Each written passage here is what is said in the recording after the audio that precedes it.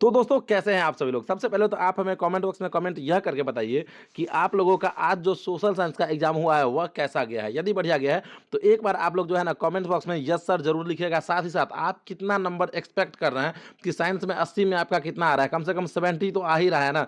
तो एक बार जो है 70 मार्क्स या जितना भी आप एक्सपेक्ट कर रहे हैं कमेंट बॉक्स में कमेंट ज़रूर कीजिएगा।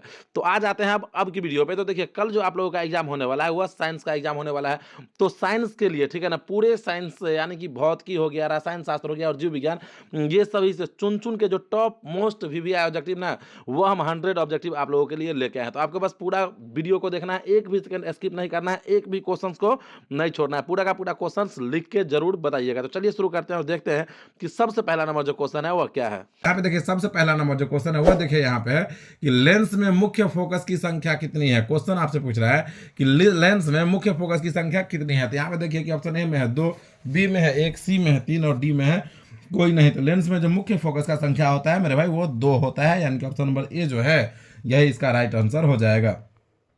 अब देखिए उसी प्रकार से अगला क्वेश्चन यानी कि दूसरा नंबर जो क्वेश्चन है वह यहाँ पे देखिए है कि समतल दर्पण द्वारा बना प्रतिबिंब सदा, ऑप्शन ए में है कि वास्तविक होता है, बी में है आभासी और सीधा है, इसका सी में है कि वास्तविक और सीधा, और डी में है आभासी और उल्टा। तो देखिए समतल दर्पण के द्वारा जो बना प्रतिबिंब होता है वह हमेशा सदा वास्तविक ही होता है, यानी कि ऑप्शन नंबर ए जो है यही इसका राइट आंसर हो जाएगा। अब देखिए अगला क्वेश्चन यानी कि तीसरा नंबर जो क्वेश्चन है वह देखिए यहाँ पे है कि आंख व्यवहार करता है। क्वेश्चन कर रहा है कि आंख जो है उसका व्यवहार कैसा होता है। तो ऑप्शन ए में है कि अवतल दर्पण की तरह होता है, बी है उत्तल लेंस की तरह होता है, सी में है समतल दर्पण की तरह होता है और डी में है इनमें से कोई नहीं। तो आंख आप देखे होंगे उत्तल लेंस की तरह होता है ना। तो ऑप्शन नंबर बी जो है यह इसका राइट आंसर हो जाएगा। अब देखिए अगला क्वेश्चन यानी कि चौथा नंबर जो क्वेश्चन है वह यहाँ पे देखिए है कि स्पेक्ट्रम प्राप्त करने के लिए किसका उपयोग होता है। कह रहा है कि स्पेक्ट्रम प्राप्त करने के लिए किसका उपयोग होता है। तो ऑप्शन ए में है कि कांच की सिल्ली का, बी में है अवतल दर्पण का, सी में है उत्तल लेंस का और डी में है प्रिज्म का। तो बताइए कि स्पेक्ट्रम प्राप्त करने के लिए किस चीज का उपयोग किया जाता है। प्रिज्म का किया जाता है, यानी कि ऑप्शन नंबर डी जो है यह इसका राइट आंसर हो जाएगा। उसी प्रकार से देखिए अगला क्वेश्चन यानी कि पांचवा नंबर जो क्वेश्चन है वह यहाँ पे देखिए है कि रेटिना पर किसी वस्तु का उल्टा तथा वास्तविक प्रतिबिंब किसके द्वारा बनता है। कह रहा है कि रेटिना पर किसी भी वस्तु का वास्तविक उल्टा तथा वास्तविक प्रतिबिंब जो है वह किसके द्वारा बनता है। तो ऑप्शन ए में है परितारिका के द्वारा, बी में है पक्षमांजिक पेशिया के द्वारा, सी में है आम नेत्र लेंस के द्वारा और डी में है इनमें से कोई नहीं। तो इसका जो राइट आंसर होगा ऑप्शन नंबर सी हो जाएगा, यानी कि आम नेत्र लेंस जो है यह इसका राइट आंसर हो जाएगा। अब देखिए अगला क्वेश्चन यानी कि छठा नंबर जो क्वेश्चन है वह देखिए यहाँ पे है कि एक विद्युत बल्ब, क्वेश्चन कर रहा है कि एक विद्युत बल्ब पर रेटिंग है। कह रहा है कि किसी विद्युत बल्ब पर लिखा हुआ है 220 वोल्ट और 100 वाट। तो कह रहा है कि इसका फिलामेंट जो होता है उसका प्रतिरोध कितना होगा। तो यहाँ पे देखिए कि ऑप्शन ए में है 220 ओम, बी में है 100 ओम, सी में है 484 ओम और डी में है कोई नहीं। तो इसका जो राइट आंसर होगा ऑप्शन नंबर सी हो जाएगा, यानी कि 484 ओम जो है यही इसका राइट आंसर हो जाएगा। अब देखिए अगला क्वेश्चन यानी कि सातवां नंबर जो क्वेश्चन है वह देखिए यहाँ पे है कि विभवांतर मापने वाले यंत्र को कहा जाता है। क्वेश्चन कह रहा है कि विभवांतर मापने वाले यंत्र को क्या कहा जाता है। तो ऑप्शन ए में है ए मीटर, बी में है वोल्ट मीटर, सी में है गैल्वेनोमीटर और डी में है इनमें से कोई नहीं मेरे भाई। तो विभवांतर मापने वाले यंत्र को जो कहा जाता है वो वोल्ट मीटर कहा जाता है, यानी कि ऑप्शन नंबर बी जो है यही इसका राइट आंसर हो जाएगा। अब देखिए अगला क्वेश्चन, लेकिन उससे पहले यदि आप वीडियो को लाइक करके चैनल को सब्सक्राइब नहीं किए हैं तो वीडियो को लाइक करके चैनल को सब्सक्राइब कर लीजिएगा और डिस्क्रिप्शन में व्हाट्सअप चैनल का लिंक दिया हुआ है तो उस पर क्लिक करके आप व्हाट्सअप चैनल से तो जुड़ ही जाइएगा और फॉलो भी कर लीजिएगा। अब देखिए अगला क्वेश्चन यानी कि आठवां नंबर जो क्वेश्चन है वह देखिए यहाँ पे है कि ए मीटर को विद्युत परिपथ में कैसे जोड़ा जाता है। क्वेश्चन है कि ए मीटर को विद्युत परिपथ में कैसे जोड़ा जाता है। तो यहाँ पे देखिए ऑप्शन में है श्रेणी क्रम में, बी है पार्श्वबद्ध में, सी में है ए और बी दोनों में और डी है इनमें से कोई नहीं। तो इसका जो राइट आंसर होगा ऑप्शन नंबर ए हो जाएगा, यानी कि श्रेणी क्रम इसका राइट आंसर हो जाएगा। अब देखिए अगला क्वेश्चन यानी कि 9वां नंबर जो क्वेश्चन है वह देखिए यहाँ पे है कि विद्युत मोटर परिवर्तित करता है। क्वेश्चन कर रहा है कि विद्युत मोटर जो है वह क्या परिवर्तित करता है मेरे भाई। तो विद्युत मोटर जो है वह विद्युत ऊर्जा को यांत्रिक ऊर्जा में बदलता है। याद रखिएगा कि विद्युत मोटर जो है वह विद्युत ऊर्जा को यांत्रिक ऊर्जा में बदलता है। तो ऑप्शन नंबर बी जो है यह इसका राइट आंसर हो जाएगा। अब देखिए अगला क्वेश्चन कि 10वां नंबर जो क्वेश्चन है वह यहाँ पे देखिए है कि विद्युत फ्यूज का क्या कार्य है, यानी कि कह रहा है कि विद्युत फ्यूज जो है वह बचाता है, किन चीज़ों से बचाता है। तो ऑप्शन ए है अतिभारण में बहने वाली उच्च धारा के खतरे से, बी में है लघुपथन में बहने वाली उच्च धारा के खतरे से, सी में है दोनों से और डी में है किसी से नहीं। तो इसका जो राइट आंसर होगा ऑप्शन नंबर बी हो जाएगा, यानी कि लघुपथन में बहने वाली उच्च धारा के खतरे से जो है विद्युत फ्यूज बताता है। ठीक है।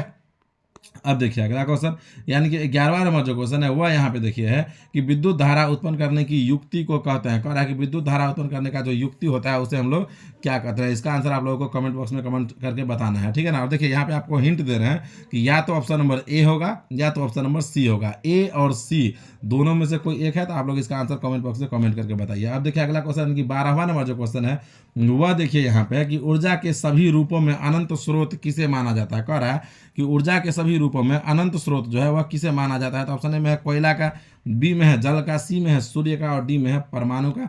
तो ऊर्जा का जितना भी रूप है उस रूप में अनंत स्रोत जो है वह सूर्य को माना जाता है, यानी कि ऑप्शन नंबर सी जो है इसका राइट आंसर हो जाएगा। अब देखिए अगला क्वेश्चन यानी कि 13वां नंबर जो क्वेश्चन है वह है कि पवन चक्की में, क्वेश्चन है कि पवन चक्की में उपयोगी ऊर्जा प्राप्त करने के लिए पवन का न्यूनतम वेग कितना होना चाहिए। देखिए पवन ऊर्जा जो प्राप्त किया जाता है पवन चक्की के द्वारा, तो कह रहा है कि पवन का न्यूनतम कम से कम कितना वेग होना चाहिए ताकि वह ऊर्जा मिल सके। तो इसका जो ये जो होगा इसका हो जाएगा 15 किलोमीटर प्रति घंटा। यदि हवा का वेग 15 किलोमीटर प्रति घंटा न्यूनतम कम से कम होगा तभी जाके पवन ऊर्जा प्राप्त होएगा। अब देखिए अगला क्वेश्चन है कि 14वां नंबर जो क्वेश्चन है वह देखिए यहाँ पे है कि CaCO3, ठीक है ना। देखिए यहाँ पे अभिक्रिया दिया हुआ है कि एक तत्व है, पदार्थ है CaCO3, यह कह रहा है कि यह टूट के बना जाता है CaO + CO2। कह रहा है कि उपरोक्त अभिक्रिया जो है यह कैसा अभिक्रिया है। तो देखिए यहाँ पे एगो तत्व है, एगो पदार्थ है, वह टूट के दू गो बना रहा है ना, तो टूट रहा है, वियोग हो रहा है, तो इसे हम लोग जो है ना अपघटन अभिक्रिया कहते हैं। अपघटन यानी कि टूटना, ठीक है ना। वियोजन या अपघटन अभिक्रिया कहा जाता है। तो यहाँ पे अपघटन दिया हुआ है, तो ऑप्शन नंबर सी जो है यह इसका राइट आंसर हो जाएगा। अब देखिए अगला क्वेश्चन है कि 15वां नंबर जो क्वेश्चन है वह देखिए यहाँ पे है कि श्वसन किस प्रक्रिया की अभिक्रिया है। मेरे भाई क्वेश्चन है आपका कि श्वसन किस प्रकार की अभिक्रिया है। आपको वीडियो को छोड़ के नहीं जाना है, एक एक क्वेश्चन देखना है, क्योंकि यहाँ जितना भी क्वेश्चन देख रहे हैं आप देख सकते हैं कि कितना ज़्यादा VVI क्वेश्चन सब है। तो यहाँ पे देखिए ऑप्शन ए में है कि उपचयन है, बी में है संयोजन, सी में है उष्माक्षेपी है और डी में है उष्माशोषी है मेरे भाई। तो श्वसन जो है वह उपचयन अभिक्रिया है, याद रखिएगा, यानी कि ऑप्शन नंबर ए इसका राइट आंसर हो जाएगा। अब देखिए अगला क्वेश्चन यानी कि 16वां नंबर क्वेश्चन है कि लेड नाइट्रेट चूर्ण को, क्वेश्चन है कि लेड नाइट्रेट चूर्ण को एक परखनली में लेकर गर्म करने पर, कह रहा है कि लेड नाइट्रेट चूर्ण को एक परखनली में लेकर गर्म करने पर भूरे रंग का धुआं उत्सर्जित होता है।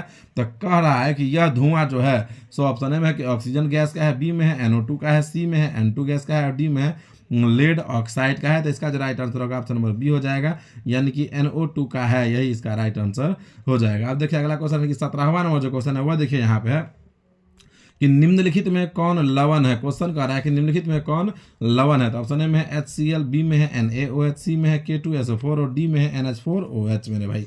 तो K2SO4 जो है इसमें दिया हुआ है यह लवण है। HCl क्या है, अम्ल है, हाइड्रोक्लोरिक अम्ल है ना। देखिए अब अगला क्वेश्चन यानी कि 18वां नंबर जो क्वेश्चन है वह यहाँ पे देख लीजिए है कि कठोर जल को, क्वेश्चन कर रहा है कि कठोर जल को मृदु बनाने के लिए सोडियम के किस यौगिक का उपयोग किया जाता है। तो यहाँ पे देखिए कि ऑप्शन ए में है सोडियम क्लोराइड का, बी में है सोडियम कार्बोनेट का, सी में है सोडियम हाइड्रोक्साइड का और डी में है सोडियम हाइड्रोजन कार्बोनेट का मेरे भाई। तो इसका जो राइट आंसर होगा ऑप्शन नंबर बी हो जाएगा, यानी कि सोडियम कार्बोनेट का उपयोग किया जाता है। अब देखिए अगला क्वेश्चन कि 19वां नंबर जो क्वेश्चन है वह देखिए यहाँ पे है कि लोहे का परमाणु संख्या है। क्वेश्चन कह रहा है कि लोहे का परमाणु संख्या है। तो यहाँ पे देखिए ऑप्शन ए में है 23, बी में है 26, सी में है 25 और डी में है 24। तो लोहे का परमाणु संख्या मेरे भाई यानी कि 26 है। ऑप्शन नंबर बी जो है यही इसका राइट आंसर हो जाएगा। तो याद रखिएगा आप कि लोहा यानी कि Fe का परमाणु संख्या कितना होता है 26, ठीक है। अब देखिए अगला क्वेश्चन यानी कि 20वां नंबर जो क्वेश्चन है मेरे भाई वह देखिए यहाँ पे कि जस्ता और तनु हाइड्रोक्लोरिक अम्ल, क्वेश्चन कर रहा है कि जस्ता और तनु हाइड्रोक्लोरिक अम्ल की अभिक्रिया के फल स्वरूप निम्नलिखित में कौन सा गैस बनता है, ठीक है ना, यह कह रहा है। तो ऑप्शन ए में देखिए यहाँ पे है CO2, बी में है N2, सी में है H2 और डी में है SO2। तो इसका जो राइट आंसर होगा ऑप्शन नंबर सी हो जाएगा, यानी कि H2 जो है यही इसका राइट आंसर हो जाएगा। अब देखिए अगला क्वेश्चन की 21वां नंबर जो क्वेश्चन है वह देखिए यहाँ पे है कि निम्नलिखित में कौन अधिक अभिक्रियाशील है। कह रहा है कि जो ऑप्शन दिया हुआ है 4 गो Cu, Hg, Ag, Au, कह रहा है इसमें कौन है जो अधिक अभिक्रियाशील है। तो ऑप्शन ए में है Cu, बी में है Hg, सी में है Ag और डी में है Au। तो इसका जो राइट आंसर होगा ऑप्शन नंबर ए हो जाएगा, यानी कि Q + Cu जो है यही इसका राइट आंसर हो जाएगा मेरे भाई। अब देखिए अगला क्वेश्चन यानी कि 22वां नंबर जो क्वेश्चन है वह है कि विद्युत अपघटन में, क्वेश्चन कर रहा है कि विद्युत अपघटन में इलेक्ट्रॉन मुक्त होता है। इलेक्ट्रॉन किस चीज पे मुक्त होता है मेरे भाई। तो ऑप्शन ए में है कि एनोड पर, बी है कैथोड पर, सी में है दोनों पर, डी में है कोई नहीं। तो इलेक्ट्रॉन जो है मेरे भाई वह एनोड पर मुक्त होता है, यानी कि ऑप्शन नंबर ए इसका राइट आंसर हो जाएगा। उसी प्रकार से देखिए अगला क्वेश्चन कि 23वां नंबर जो क्वेश्चन है वो है कि हाइड्रोकार्बन कौन है। कह रहा है कि इसमें से हाइड्रोकार्बन कौन है। तो हाइड्रोकार्बन कौन होता है, जिसमें हाइड्रोजन और कार्बन दोनों हो। तो ऑप्शन पहला में देखिए यहाँ पे H2O सिर्फ हाइड्रोजन है, सी में सी सिर्फ कार्बन है, हाइड्रोजन नहीं है, डी में उसी प्रकार से देखेंगे तो सिर्फ हाइड्रोजन है। तो हाइड्रोजन और कार्बन दोनों में किस में है, तो ऑप्शन नंबर बी में है, सी और एच दोनों है ना।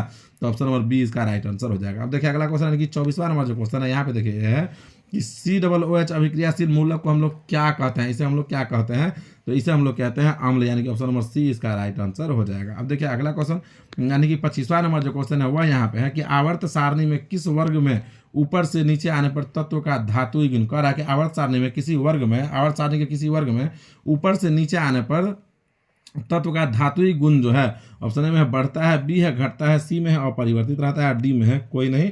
तो ऑप्शन ए इसका राइट आंसर हो जाएगा कि बढ़ता है। अब देखिए अगला क्वेश्चन यानी कि 26वां नंबर जो क्वेश्चन है वह देखिए यहाँ पे है कि आवर्त सारणी के प्रथम वर्ग में सदस्य है। कह रहा है कि आवर्त सारणी के प्रथम वर्ग में कितने सदस्य है। तो ऑप्शन ए में अम्लीय धातु, बी में है क्षारीय धातु, सी में है अक्रिय गैस और डी में है मिश्र धातु। तो इसका जो राइट आंसर होगा ऑप्शन नंबर बी हो जाएगा, यानी कि क्षारीय धातु इसका राइट आंसर हो जाएगा। अब देखिए अगला क्वेश्चन कि 27वां नंबर जो क्वेश्चन है वह यहाँ पे देखिए है कि कृत्रिम वृक्क, क्वेश्चन कह रहा है कि कृत्रिम वृक्क किन अपशिष्ट उत्पादों को रुधिर से अपोहन द्वारा पृथक करता है। तो ऑप्शन ए में है नाइट्रोजन, बी में है कार्बन, सी में है ऑक्सीजन और डी में है कोई नहीं। तो इसका जो राइट आंसर होगा ऑप्शन नंबर ए हो जाएगा, यानी कि नाइट्रोजन इसका राइट आंसर हो जाएगा। उसी प्रकार से देखिए अगला क्वेश्चन यानी कि 30वां नंबर जो क्वेश्चन है वह है कि भोजन का पचना किस प्रकार का अभिक्रिया है। मेरे भाई पहले ही बता दिए हैं कि भोजन का पचना जो है वह उपचयन अभिक्रिया है। तो ऑप्शन नंबर ए इसका राइट आंसर हो जाएगा। अब देखिए अगला क्वेश्चन यानी कि 29वां नंबर क्वेश्चन है कि प्रकृति में ऑक्सीजन का संतुलन कैसे बना रहता है। कह रहा है कि प्रकृति में ऑक्सीजन का जो संतुलन बना है वह किस वजह से बना हुआ है, तो वह प्रकाश संश्लेषण से बना हुआ है, इसलिए ऑप्शन नंबर बी इसका राइट आंसर हो जाएगा। अब देखिए अगला क्वेश्चन कि 30वां नंबर जो क्वेश्चन है वह है कि डेंगू उत्पन्न करने वाला मच्छर किस तरह के जल में रहता है। कह रहा है कि डेंगू उत्पन्न करने वाला मच्छर जो है वह किस तरह के जल में रहता है। तो ऑप्शन ए में है साफ जल में, बी में है गंदा जल में, सी में है खारा जल में और डी में है मृदु जल में। तो इसका जो राइट आंसर होगा ऑप्शन नंबर ए हो जाएगा, यानी कि साफ जल में इसका राइट आंसर हो जाएगा। अब देखिए अगला क्वेश्चन कि 31वां नंबर जो क्वेश्चन है वह है यहाँ पे कि पादप हार्मोन का उदाहरण है। क्वेश्चन कह रहा है कि पादप हार्मोन का उदाहरण है मेरे भाई। तो पादप हार्मोन का उदाहरण इसमें ऑक्सीन है, यानी कि ऑप्शन नंबर सी जो है यह इसका राइट आंसर हो जाएगा। अब देखिए अगला क्वेश्चन कि 32वां नंबर जो क्वेश्चन है वह देखिए यहाँ पे है कि निम्न में कौन हार्मोन कोशिका दीर्घन एवं विभाजन में मदद करता है। कह रहा है कि निम्न में से कौन सा हार्मोन है जो कोशिका दीर्घन एवं विभाजन में मदद करता है। ऑप्शन ए में है ऑक्सीन, बी में है जिब्रेलिन, सी में है साइटोकिनिन और डी में है सभी। तो इसका जो राइट आंसर होगा ऑप्शन नंबर डी हो जाएगा, यानी कि ऑक्सीन, जिब्रेलिन, साइटोकिनिन सभी का सभी कोशिका दीर्घन एवं विभाजन में मदद करता है। अब देखिए अगला क्वेश्चन यानी कि 33वां नंबर जो क्वेश्चन है वह देखिए यहाँ पे कि तंत्रिका कोशिका क्या कहलाती है। कह रहा है कि तंत्रिका कोशिका को हम लोग क्या कहते हैं। तो तंत्रिका कोशिका को न्यूरॉन भी कहा जाता है। तो ऑप्शन नंबर बी इसका राइट आंसर हो जाएगा। अब देखिए अगला क्वेश्चन यानी कि 34वां नंबर क्वेश्चन है कि अंडाणु निषेचित होता है मेरे भाई। अंडाणु कहाँ निषेचित होता है, तो अंडाणु निषेचित होता है मेरे भाई फैलोपियन नलिका में, फैलोपियन नलिका से जो है वहाँ पे में हो जाएगा। ठीक है। अब देखिए अगला क्वेश्चन यानी कि 35वां नंबर जो क्वेश्चन है वह देखिए यहाँ पे है कि मानव मादा में जनन तंत्र का भाग नहीं है। कह रहा है कि इसमें से कौन है जो मानव मादा जनन तंत्र का भाग नहीं है। तो ऑप्शन ए में है अंडा से मादा का ही है, गर्भा से मादा का ही है, उसके बाद देखेंगे आप डिम्बवाहिनी मादा का ही है। ऑप्शन नंबर सी जो है शुक्रवाहिका, ये मानव मादा का नहीं है, यह पुरुष का है ना। तो ऑप्शन नंबर सी जो यहाँ पे जो है ऑप्शन नंबर सी जो है यही इसका राइट आंसर हो जाएगा। यह मानव मादा जनन तंत्र का भाग नहीं है। अब देखिए अगला क्वेश्चन यानी कि 36वां नंबर जो क्वेश्चन है वह है कि शुक्राणु बनता है। आपसे पूछ रहा है कि शुक्राणु कहाँ बनता है मेरे भाई। तो शुक्राणु बनता है वृषण में। याद रखिएगा कि शुक्राणु कहाँ बनता है, वृषण में बनता है। आप याद रखिएगा। तो ऑप्शन नंबर ए इसका राइट आंसर हो जाएगा। उसी प्रकार से देखिए अगला क्वेश्चन यानी कि 37वां नंबर जो क्वेश्चन है वह है यहाँ पे कि पुस्तक द ओरिजिन ऑफ स्पाइसेस किसके द्वारा लिखा गया। कह रहा है कि पुस्तक जो है द ओरिजिन ऑफ स्पाइसेस यह किसके द्वारा लिखा गया। तो ऑप्शन ए में है वाइसमैन, बी में है लामार्क, सी में है चार्ल्स डार्विन और डी में है सभी। तो इसका जो राइट आंसर होगा ऑप्शन नंबर सी हो जाएगा, यानी कि चार्ल्स डार्विन इसका राइट आंसर हो जाएगा। अब देखिए अगला क्वेश्चन यानी कि 38वां नंबर जो क्वेश्चन है वह देखिए यहाँ पे है कि ओजोन परत पाई जाती है। क्वेश्चन है कि ओजोन परत पाई जाती है। तो ओजोन परत मेरे भाई जो है स्ट्रेटोस्फीयर में पाया जाता है। तो ऑप्शन नंबर ए इसका राइट आंसर हो जाएगा। अब देखिए अगला क्वेश्चन है कि 39वां नंबर जो क्वेश्चन है वह यहाँ पे देखिए है कि निम्न में कौन एक जैविक प्रक्रम द्वारा अपघटित होने वाला पदार्थ है। कह रहा है कि इसमें से कौन है जो जैविक प्रक्रिया के द्वारा अपघटित होने वाला पदार्थ है। तो ऑप्शन ए है सूखे घास के पत्ते, बी में है पॉलीथीन बैग, सी में है रबर और डी में है प्लास्टिक की बोतल।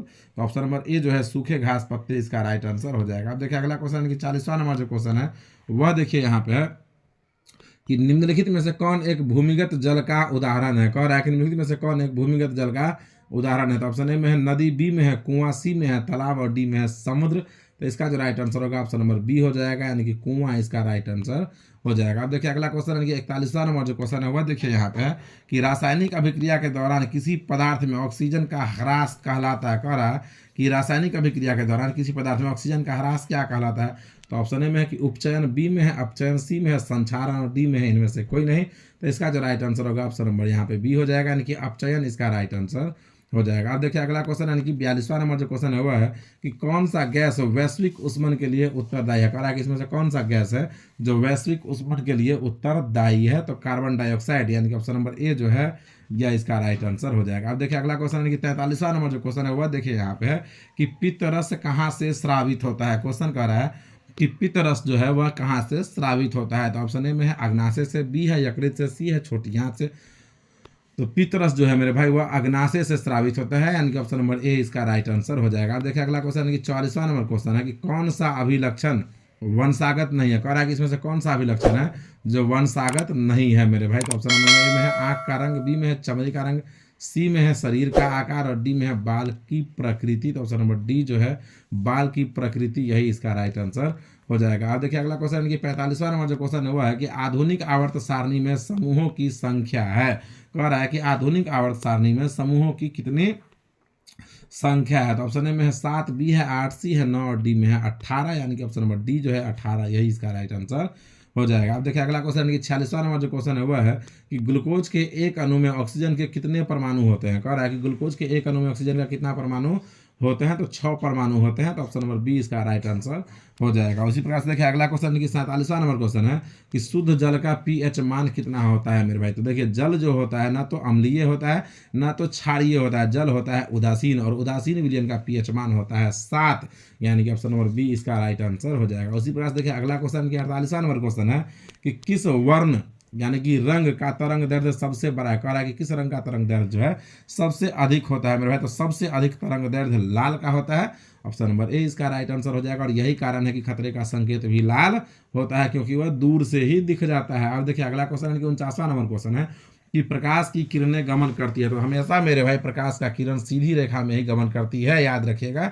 तो ऑप्शन नंबर ए इसका राइट आंसर हो जाएगा। अब देखिए 50वां नंबर क्वेश्चन है कि निम्नलिखित में कौन लेंस की क्षमता का मात्रक है। कह रहा है कि निम्नलिखित में कौन है जो लेंस की क्षमता का मात्रक है मेरे भाई। तो लेंस की क्षमता का मात्रक जो है वह डायऑप्टर है। ऑप्शन नंबर सी में जो आप देख रहे हैं डायऑप्टर। हाँ, तो लेंस की क्षमता का ऐसा मात्रक क्या होता है, मात्रक है या ऐसा मात्रक ही पूछ दे तो डायऑप्टर ही होगा, ठीक है। अब देखिए अगला क्वेश्चन कि 51वां नंबर क्वेश्चन है कि किस रंग का विचलन न्यूनतम होता है। कह रहा है कि किस रंग का विचलन जो है वह सबसे कम होता है। तो लाल रंग का विचलन सबसे कम होता है और वह दूर से ही दिख जाता है। ऑप्शन नंबर ए इसका राइट आंसर हो जाएगा। अब देखिए अगला क्वेश्चन कि 52वां नंबर जो क्वेश्चन है वह यहाँ पे है कि बैटरी से किस प्रकार की धारा प्राप्त होती है। तो बताइए आप लोग, इस क्वेश्चन का आंसर आपको कमेंट बॉक्स में कमेंट करके बताना है कि बैटरी से जो है किस प्रकार का धारा प्राप्त होता है मेरे भाई। तो ऑप्शन नंबर ए है प्रत्यावर्ती धारा, बी है दिष्ट धारा, और इसी दोनों में से कोई एक आंसर होने वाला है। तो आप लोग कमेंट करके बताइए। अब देखिए अगला क्वेश्चन है कि 53वां नंबर जो क्वेश्चन है वह देखिए यहाँ पे है कि समीकरण H2 + O2 बराबर, यहाँ पे एरो का चिन्ह है और H2O बन रहा है। कह रहा है यह एक है। ऑप्शन में है संयोजन अभिक्रिया, बी में है वियोजन अभिक्रिया, सी में है अवक्षेपण और डी में है उदासीनीकरण अभिक्रिया। कितने बच्चे यह सोच रहे होंगे कि सर H2 क्या पहले वाला 2 तो आप छोड़ ही दिए, और H2O का पहले वाला 2 तो आप छोड़ ही दिए। वो तो बोलवे नहीं कि अरे मेरे भाई वहाँ पे 2 जो है समीकरण को संतुलित करने के लिए लगाया गया है। तो आप पढ़ना चाहते हैं तो पढ़ सकते हैं ना।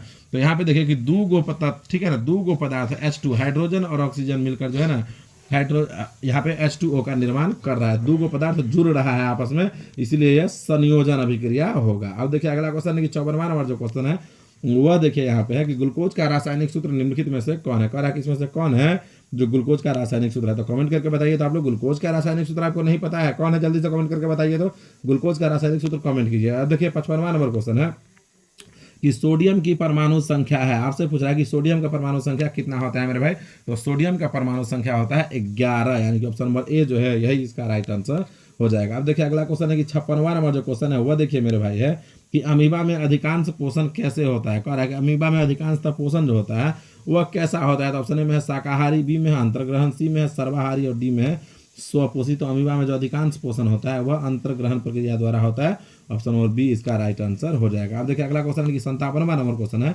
कि आवर्त सारणी के प्रथम वर्ग के सदस्य होते हैं। कह रहा है कि आवर्त सारणी के प्रथम वर्ग के जो सदस्य होते हैं वह कैसे होते हैं, तो कह रहा है कि वो अम्लीय धातु होता है, अक्रिय गैस होता है, क्षार धातु होता है और मिश्र धातु होता है। तो आवर्त सारणी के प्रथम वर्ग के जो सदस्य होते हैं वह क्षार धातु होते हैं, तो ऑप्शन नंबर सी इसका राइट आंसर हो जाएगा। अब देखिए अगला क्वेश्चन कि 58वां नंबर जो क्वेश्चन है मेरे भाई वह देखिए यहाँ पे कि निम्नलिखित में कौन प्राकृतिक संसाधन नहीं है। आपसे पूछ रहा है कि इसमें से कौन है जो प्राकृतिक संसाधन नहीं है, तो वायु प्राकृतिक संसाधन है, जल प्राकृतिक संसाधन है, मिट्टी प्राकृतिक संसाधन है, कौन नहीं है, तो जीव धातु, ऑप्शन नंबर डी जो है यह इसका राइट आंसर हो जाएगा। अब देखिए अगला क्वेश्चन, और इस क्वेश्चन का आंसर किसे नहीं पता है कि प्रकाश के परावर्तन के कितने नियम है, इसका आंसर भी आप लोगों को कमेंट बॉक्स में कमेंट करके ही बताना है, बताने वाला नहीं है। यह क्वेश्चन सब एकदम ही आसान है। एक देखिए यहाँ पे ऑप्शन ए में है 1, बी में है 2, सी में है 3 और डी में है 4। तो कमेंट करके बताइए कि ए, बी, सी और डी में से कौन होने वाला है। अब देखिए अगला क्वेश्चन यानी कि 60वां नंबर जो क्वेश्चन है वह देखिए यहाँ पे है कि तरंग दैर्ध्य को सामान्यतः व्यक्त किया जाता है। क्वेश्चन कह रहा है कि तरंग दैर्ध्य को सामान्यतः व्यक्त किया जाता है। ऑप्शन ए है कैंडला के रूप में, बी है जूल के रूप में, सी है एम्पियर के रूप में और डी है एंगस्टर्म के रूप में। तो इसका जो राइट आंसर होगा ऑप्शन नंबर डी हो जाएगा, यानी कि एंगस्टर्म के रूप में इसका राइट आंसर हो जाएगा मेरे भाई। जितने भी बच्चे वीडियो को देख रहे हैं तो वीडियो को लाइक करके चैनल को सब्सक्राइब कर लीजिए और डिस्क्रिप्शन में जो है व्हाट्सअप चैनल का लिंक दिया हुआ है, टेलीग्राम का लिंक दिया हुआ है, तो आप जाके हमसे उससे भी जुड़ सकते हैं मेरे भाई, और कोई भी प्रॉब्लम है तो आप बात भी कर सकते हैं। अब देखिए अगला क्वेश्चन यहाँ पे 61वां नंबर क्वेश्चन है कि सभी जीव जंतु के लिए ऊर्जा का अंतिम स्रोत है। कह रहा है कि सभी जीव जंतुओं के लिए ऊर्जा का अंतिम स्रोत है। ऊर्जा का अंतिम स्रोत क्या है, तो सूर्य, यानी कि ऑप्शन नंबर सी इसका राइट आंसर हो जाएगा। अब देखिए अगला क्वेश्चन की 62वां नंबर क्वेश्चन है कि तिलचट्टा में कितने जोड़े श्वास रंध्र पाए जाते हैं मेरे भाई। देखिए तिलचट्टा में 10 जोड़ा श्वास रंध्र पाया जाता है। याद रखिएगा यह क्वेश्चन कई बार पूछा हुआ है, तो ऑप्शन नंबर सी इसका राइट आंसर हो जाएगा। उसी प्रकार से देखिए अगला क्वेश्चन 63वां नंबर है कि प्रकाश संश्लेषण की क्रिया होती है। कह रहा है कि प्रकाश संश्लेषण का क्रिया किस में होता है, कवकों में, जंतुओं में, हरे पौधे में या परजीवियों में। तो प्रकाश संश्लेषण का जो क्रिया होता है वह हरे पौधे में होता है, ऑप्शन नंबर सी इसका राइट आंसर हो जाएगा। अब देखिए अगला क्वेश्चन है कि 64वां नंबर क्वेश्चन है कि फ्लोएम ऊतकों द्वारा कार्बोहाइड्रेट का परिवहन होता है। क्वेश्चन कर रहा है कि फ्लोएम ऊतक के द्वारा कार्बोहाइड्रेट का परिवहन होता है। तो ऑप्शन में है ग्लूकोज के रूप में, बी है फ्रक्टोज के रूप में, सी है लैक्टोज के रूप में और डी है सुक्रोज के रूप में। तो इसका जो राइट आंसर होगा ऑप्शन नंबर डी हो जाएगा, यानी कि सुक्रोज के रूप में ही इसका राइट आंसर हो जाएगा। उसी प्रकार देखिए अगला क्वेश्चन है कि निम्नलिखित में कौन लेंस के आवर्धन का सूत्र होता है। तो लेंस का आवर्धन क्या होता है, वस्तु की प्रतिबिंब की ऊंचाई बटे वस्तु की ऊंचाई। तो ऑप्शन नंबर ए जो है यू बट्टे भी, यही इसका राइट आंसर हो जाएगा। अब देखिए अगला क्वेश्चन है कि 66वां नंबर जो क्वेश्चन है वह है कि निम्नलिखित में कौन नेत्र का रंगीन भाग होता है। कह रहा है कि इसमें से कौन है जो नेत्र का रंगीन भाग है। तो परितारिका जो होता है मेरे भाई, परितारिका याद रखिएगा कि परितारिका जो होता है वह नेत्र का रंगीन भाग होता है, तो ऑप्शन नंबर सी इसका राइट आंसर हो जाएगा। अब देखिए अगला क्वेश्चन है कि 67वां नंबर क्वेश्चन है कि वायुमंडल में प्रकाश के किस वर्ण का प्रकीर्णन अधिक होता है। कह रहा है कि वायुमंडल में प्रकाश के किस रंग का प्रकीर्णन जो है वह सबसे अधिक होता है। तो नीला रंग का प्रकीर्णन जो है मेरे भाई सबसे अधिक होता है, और जिसका प्रकीर्णन सबसे ज्यादा होगा वह उतना ही कम दूरी तय करेगा। लाल रंग का प्रकीर्णन जो है सबसे कम होता है, इसलिए वह ज्यादा दूरी तय करता है। अब देखिए अगला क्वेश्चन 68वां नंबर जो क्वेश्चन है वह देखिए यहाँ पे कि प्रकाश की किस घटना के कारण सूर्य हमें वास्तविक सूर्योदय से लगभग 2 मिनट पूर्व ही दिखाई देने लगता है। तो ऑप्शन ए में है प्रकाश के परावर्तन के कारण, बी में है वायुमंडलीय अपवर्तन के कारण, सी में है प्रकीर्णन के कारण और डी में है वायुमंडलीय अपवर्तन एवं प्रकीर्णन दोनों के कारण मेरे भाई। तो इसका जो राइट आंसर होने वाला है वो ऑप्शन नंबर बी हो जाएगा, यानी कि वायुमंडलीय अपवर्तन जो होता है इसी की वजह से ऐसा होता है। अब देखिए अगला क्वेश्चन की 69वां नंबर क्वेश्चन है कि जब पश्चिम की ओर, क्वेश्चन कर रहा है कि जब पश्चिम की ओर प्रक्षेपित कोई धनावेशित कण या किसी चुंबकीय क्षेत्र द्वारा उत्तर की ओर विक्षेपित हो जाता है तो चुंबकीय क्षेत्र की दिशा होती है। तो ऑप्शन ए में है दक्षिण की ओर, बी में है पूर्व की ओर, सी में है अधोमुखी और डी में है ऊपरी मुखी। तो इसका जो राइट आंसर होगा ऑप्शन नंबर सी हो जाएगा, यानी कि अधोमुखी इसका राइट आंसर हो जाएगा। अब देखिए अगला क्वेश्चन की 70वां नंबर क्वेश्चन है कि हमारे घरों में जो विद्युत आपूर्ति की जाती है। क्वेश्चन कर रहा है कि हमारे घरों में जो विद्युत आपूर्ति की जाती है वह ऑप्शन ए में है कि 220 वोल्ट पर दृष्ट धारा होती है, बी में है 12 वोल्ट पर दृष्ट धारा होती है, सी में 220 वोल्ट पर प्रत्यावर्ती धारा होती है, और डी में है 12 वोल्ट पर प्रत्यावर्ती धारा होती है। तो इसका जो राइट आंसर होगा ऑप्शन नंबर सी हो जाएगा, यानी कि 220 वोल्ट पर प्रत्यावर्ती धारा होती है, इसका राइट आंसर हो जाएगा। उसी प्रकार से देखिए अगला क्वेश्चन, यानी कि 71वां नंबर जो क्वेश्चन है वह देखिए यहाँ पे है कि गर्म जल प्राप्ति करने के लिए हम सौर जल तापक का उपयोग किस दिन नहीं कर सकते हैं। तो ऑप्शन ए में है कि धूप वाले दिन नहीं कर सकते हैं, बी में है बादलों वाले दिन नहीं कर सकते हैं, सी में है गर्म दिन नहीं कर सकते हैं, डी में है इनमें से कोई नहीं। तो इसका जो राइट आंसर होगा ऑप्शन नंबर बी हो जाएगा, यानी कि बादलों वाले दिन नहीं कर सकते हैं, इसका राइट आंसर हो जाएगा। अब देखिए अगला क्वेश्चन, यानी कि 72वां नंबर जो क्वेश्चन है वह देखिए यहाँ पे है कि निम्न में से कौन सा ऊर्जा स्रोत सौर ऊर्जा के व्युत्पन्न नहीं है। कह रहा है कि निम्न में से कौन सा ऊर्जा स्रोत है जो सौर ऊर्जा का व्युत्पन्न नहीं है। तो ऑप्शन में है भूतापीय ऊर्जा, बी में है पवन ऊर्जा, सी में है नाभिकीय ऊर्जा, और डी में है जैव मात्रा। तो इसका जो राइट आंसर होगा ऑप्शन नंबर ए हो जाएगा, यानी कि भूतापीय ऊर्जा इसका राइट आंसर हो जाएगा। अब देखिए अगला क्वेश्चन, यानी कि 73वां नंबर क्वेश्चन। लेकिन मेरे भाई अब हम लोग एकदम लास्ट पड़ाव पे आ चुके हैं, क्योंकि 80 क्वेश्चन ही देखना है। अभी तक भी आप वीडियो को लाइक करके चैनल को सब्सक्राइब नहीं किए हैं तो वीडियो को लाइक करके चैनल को सब्सक्राइब कर ही लीजिएगा, और व्हाट्सअप चैनल से भी जुड़ सकते हैं, वहाँ पे जो लिंक दिया हुआ है डिस्क्रिप्शन में वहाँ से। अब देखिए अगला क्वेश्चन, यानी कि देखिए यहाँ पे क्वेश्चन है कि दर्पण के सामने किसी भी दूरी पर स्थित वस्तु का प्रतिबिंब सीधा प्रतीत होता है तो वह दर्पण होगा। ऑप्शन में है केवल समतल दर्पण, बी में है केवल अवतल दर्पण, सी में है केवल उत्तल दर्पण, और डी में है या तो समतल अथवा उत्तल का। तो इसका जो राइट आंसर होगा ऑप्शन नंबर डी हो जाएगा, समतल अथवा उत्तल इसका राइट आंसर हो जाएगा। अब देखिए अगला क्वेश्चन है कि 74वां नंबर क्वेश्चन है कि किसी कार का अग्रदीप में प्रयुक्त दर्पण निम्नलिखित में से कौन होता है। कह रहा है कि किसी कार के अग्रदीप में प्रयुक्त दर्पण निम्नलिखित में से कौन होता है। तो ऑप्शन में है अवतल दर्पण, बी में है उत्तल, सी में है समतल, और डी में है समतल या उत्तल। तो किसी कार के अग्रदीप में अवतल दर्पण लगा होता है, ऑप्शन नंबर ए इसका राइट आंसर हो जाएगा। अब देखिए अगला क्वेश्चन की 75वां नंबर जो क्वेश्चन है वह है यहाँ पे कि निम्नलिखित में से किसका अपवर्तनांक सबसे अधिक होता है। कह रहा है कि इसमें से किसका अपवर्तनांक है जो सबसे अधिक है। तो ऑप्शन में है वायु, बी में है बर्फ, सी में है कांच, और डी में है हीरा। देखिए जिसका अपवर्तनांक जितना अधिक होगा वह उतना ही चमकीला होता है। तो आप बताइए कि इसमें कौन सबसे चमकीला पदार्थ है। हीरा है ना, तो ऑप्शन नंबर डी ही इसका राइट आंसर हो जाएगा, और इसी का अपवर्तनांक सबसे अधिक होगा। आप देखिए अगला क्वेश्चन की 76वां नंबर क्वेश्चन है कि निम्नलिखित में से किस लेंस को अभिसारी लेंस कहते हैं। कह रहा है कि किस लेंस को अभिसारी लेंस कहा जाता है मेरे भाई। तो देखिए ऑप्शन है उत्तल लेंस, बी में है अवतल लेंस, सी है उत्तल अवतल दोनों, और डी में है बाइफोकल लेंस मेरे भाई। तो यहाँ पे देखिए उत्तल लेंस को हम लोग अभिसारी लेंस कहते हैं, और अवतल लेंस को हम लोग अपसारी लेंस कहते हैं। तो यहाँ पे तो उत्तल लेंस इसका राइट आंसर होने वाला है। अब देखिए अगला क्वेश्चन की 77वां नंबर क्वेश्चन है कि निम्नलिखित में कौन उभयलिंगी है। कह रहा है कि इसमें से कौन है उभयलिंगी। इसका आंसर किसको नहीं पता है। 77 नंबर क्वेश्चन का कौन उभयलिंगी है, केचुआ उभयलिंगी जीव है। तो ऑप्शन नंबर ए इसका राइट आंसर हो जाएगा। अब देखिए 78वां नंबर क्वेश्चन है कि मेंडल ने अपने प्रयोगों के लिए किस पौधे को चुना था। मेंडल ने कह रहा है अपने प्रयोग के लिए किस पौधे को चुना था, मटर के पौधे को। ऑप्शन नंबर डी इसका राइट आंसर हो जाएगा। अब देखिए अगला क्वेश्चन, यानी कि 79 नंबर जो क्वेश्चन है वह है कि निम्न में से कौन एक अवशेषी अंग है। क्वेश्चन कह रहा है कि निम्नलिखित में से कौन है जो एक अवशेषी अंग है। तो यहाँ पे ऑप्शन ए में है रीढ़ की हड्डी, बी में है अंगूठा, सी में है कान, और डी में है अपेंडिक्स। तो इसका जो राइट आंसर होगा ऑप्शन नंबर डी हो जाएगा, यानी कि अपेंडिक्स जो है यही इसका राइट आंसर हो जाएगा। अब देखिए अगला क्वेश्चन, यानी कि 80 नंबर जो क्वेश्चन है वह है कि चिपको आंदोलन किससे संबंधित है। क्वेश्चन है कि चिपको आंदोलन जो है वह किससे संबंधित है। ऑप्शन में है वन संरक्षण से, बी में है मृदा संरक्षण से, सी में है जल संरक्षण से, और डी में है वृक्षारोपण से। तो इसका जो राइट आंसर होगा मेरे भाई उसे आप लोगों को कमेंट बॉक्स में कमेंट करके बताना है कि चिपको आंदोलन किससे संबंधित है। यह बहुत ही आसान क्वेश्चन है और इसका आसान ही जवाब भी है। तो आप इसी 4 में से कोई एक कमेंट करके बताइए, और कमेंट करके यह भी बताइए कि वीडियो आपको कैसा लगा है। वीडियो अच्छा लगा है तो वीडियो को लाइक करके चैनल को सब्सक्राइब तो कर ही लीजिए मेरे भाई। साथ ही आप व्हाट्सअप चैनल से भी जुड़ सकते हैं, टेलीग्राम से भी जुड़ सकते हैं, डिस्क्रिप्शन में लिंक दिया हुआ है तो आप जाके जुड़ सकते हैं मेरे भाई। ठीक है, तो चलिए मिलते हैं हम लोग फिर से किसी नेक्स्ट वीडियो में और नए टॉपिक के साथ। तब तक के लिए जय हिंद, जय भारत,